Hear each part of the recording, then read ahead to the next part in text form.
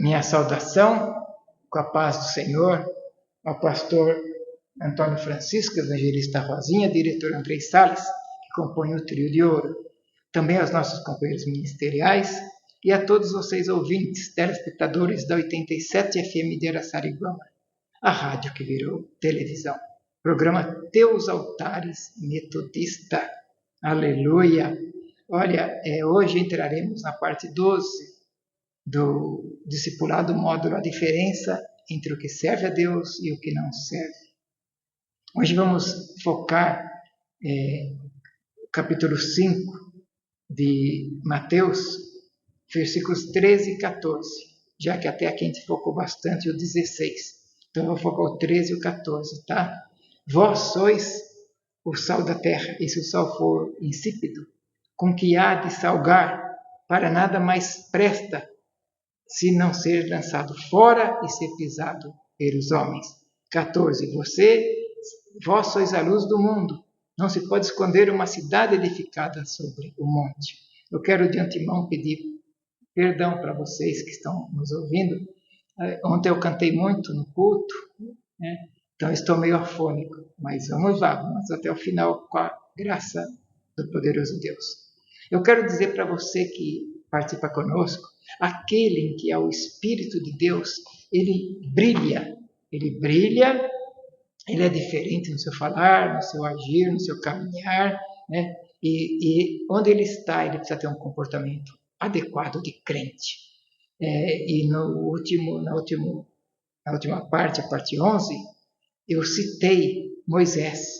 Moisés, ele estava lá no Egito, ele olhou para um lado, olhou para o outro, achou que ninguém estava olhando, né? Ele achou que ninguém estava olhando, que ninguém estava vendo, mas tinha alguém vendo a atitude de Moisés. Então tem sempre alguém nos vendo, tá bom assim? Entendido? Porém, Mateus, ele faz questão de ressaltar uma palavra de Jesus, que começa com a expressão, vós sois o sal da terra.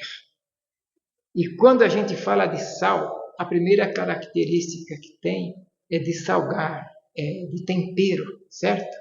Sim ou não? Todos aqui que estão participando, que já entram um pouco na cozinha, sabem disso. E é justamente isso que Jesus está falando, de tempero. Se o sal for insípido, o que quer dizer insípido? Algo que perdeu o seu valor, algo que perdeu a sua capacidade de fazer a diferença. O sal existe uma razão bem específica, que é para salgar, para temperar, né? Então Jesus ele está dizendo, se o sal for insípido, ou seja, se ele perdeu a sua essência, a sua identidade, a sua característica, ele não serve para mais nada. Preste atenção nisso, que é muito importante. O sal ele serve para temperar. Outra característica, o sal antigamente ele era usado para conservar. Então você comprava carne antigamente, não tinha geladeira, então você punha o sal e punha a carne ali para conservar a carne. E você sabe que a própria palavra salário vem de sal, né? E era uma forma de pagamento do mundo antigo. Então o sal ele é muito importante não só dentro da cultura judaica, mas em todas as culturas das civilizações. O sal é muito importante. E se ele perde a sua eficácia, a sua essência não serve para mais nada. E Jesus está dizendo, a igreja é justamente isso que Jesus está dizendo. A igreja é o sal da terra. Ela é a diferença dessa terra. Se ela não existe aqui, aqui perde a graça. Se ela não existe aqui, fica insonso. A igreja precisa ser o sal da terra, nesta terra. Então Jesus continua dizendo, vós sois a luz do mundo. Preste bem atenção. Além de sal, ele está dizendo que vocês são a luz do mundo. E a luz, ela existe desde que o mundo é mundo. Obviamente que o nosso Thomas Edison inventou a lâmpada, mas antes já tinha, era fogo, era fogueira, era tocha, mas a luz sempre foi luz e na ausência da luz evidencia as trevas. Então Jesus ele vai usar essa ideia de luz do mundo, por quê? porque no período interbíblico teve uma guerra dos Macabeus. O período interbíblico fica ali 400 anos de silêncio de Deus entre o livro de Malaquias e o livro de Mateus, né? Então teve a guerra. O rei Antíoco IV Epifânio, Ciro, ele veio e colocou um porco para ser sacrificado, uma porca para ser sacrificado no templo, para mexer ofendendo muitos judeus. Então teve a guerra. E os judeus ganharam essa guerra, uma guerra que eles não tinham exército para isso. Uma guerra que facilmente eles seriam derrotados. Mas como eles ganharam, aí teve a festa, que eles chamam Festa das Luzes, que eles celebram até hoje. Usam menorá. Menorá é aquele candelabro de 7 velas, né? E por que eles usam até hoje a Festa das Luzes? Porque naquele tempo, aquelas velas que tinham ficado lá, duraria, pelo azeite que tinha, só um dia. E durou 7 dias aquele candelabro, né? O menorá. Durou 7 dias. Então, eles fazem Festa das Luzes, que você vê no Evangelho de João, da purificação, quando você vê lá no Evangelho de João, tá bom?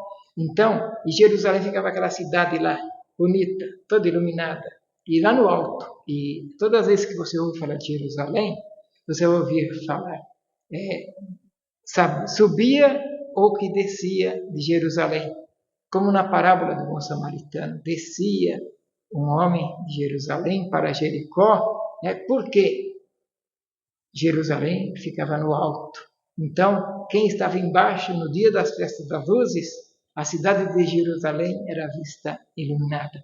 E o que Jesus está querendo dizer? Ninguém pode ofuscar a luz de uma cidade que está edificada sobre um monte. Ninguém. Ele está dizendo que é como a igreja estivesse num lugar alto e acesa. A igreja precisa brilhar, está acesa, clara. Quando o mundo olha para nós, ele vai ter que enxergar em nós dessa forma, nós brilhando a luz de Cristo. Nem se acende uma candeia, diz, e se coloca debaixo de um alqueire, mas no velador. Olha, então Jesus vai dizer, vós sois o sal da terra. Onde vocês passarem, aonde vocês estiverem, vocês precisam deixar uma marca. É assim que ele está dizendo. E se vocês são luz do mundo, onde vocês passam, alguém tem que ver que chegou a diferença naquele lugar. Que está sendo um problema hoje, né, amados? Hoje, a nossa geração que está vivendo é um dia após outro. Infelizmente, não está preocupada com muita coisa, a nossa geração. Você pergunta para a pessoa, você é crente? Aí ele fala que é. Mas essa geração não está mais fazendo a diferença como deveria fazer. E é isso que Jesus está falando. É bem isso. Se você é sal, onde você chega e o seu sabor não muda o ambiente, é porque tem alguma coisa errada que tem que ser consertada. E se você é luz, o ambiente de trabalho seu, por exemplo, que você vive, não tem nada de diferente, é porque tem alguma coisa errada que precisa ser consertada. Importante, na vida, amados, o mais importante não é aquilo que você sabe, o quanto você sabe, mas aquilo que você faz com aquilo que você sabe. Entendeu? O mais importante não é o quanto você tem, mas o que você faz com aquilo que você tem. Em outras palavras, Deus entregou coisas aqui, nesse discipulado, para pessoas que participam. Deus entregou para você sal e luz. E as pessoas precisam brilhar aqui nessa terra. Você precisa brilhar e passar esse brilho, esse sal para frente.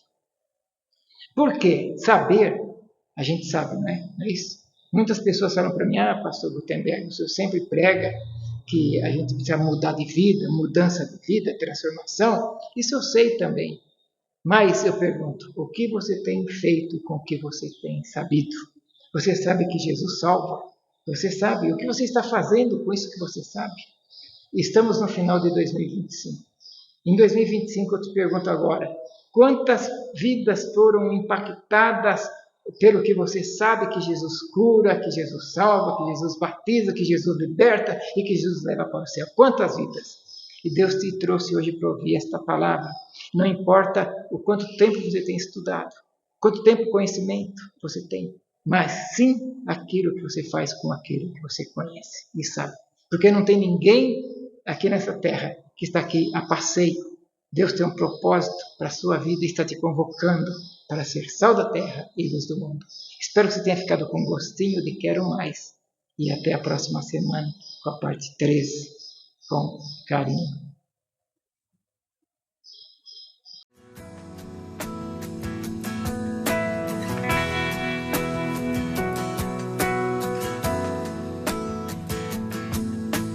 Luz do mundo, vieste à terra para que eu pudesse te ver. Tua beleza me leva a adorar-te. Quero contigo viver. Vim para adorar-te, vim para prostrar-me, vim para dizer que és meu Deus. És totalmente amável, totalmente digno, tão maravilhoso para mim.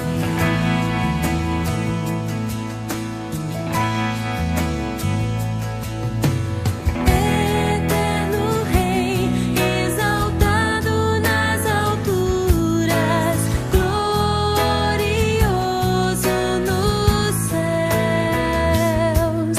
Humilde vieste à terra que criaste, por amor pobre se fez.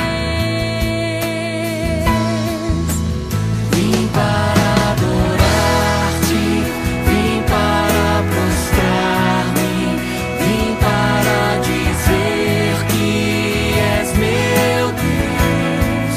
És totalmente amável, totalmente digno, tão maravilhoso para mim. Vim para adorar-te, vim para prostrar-me, vim para dizer que és meu Deus. És totalmente amável, totalmente digno, tão maravilhoso para mim.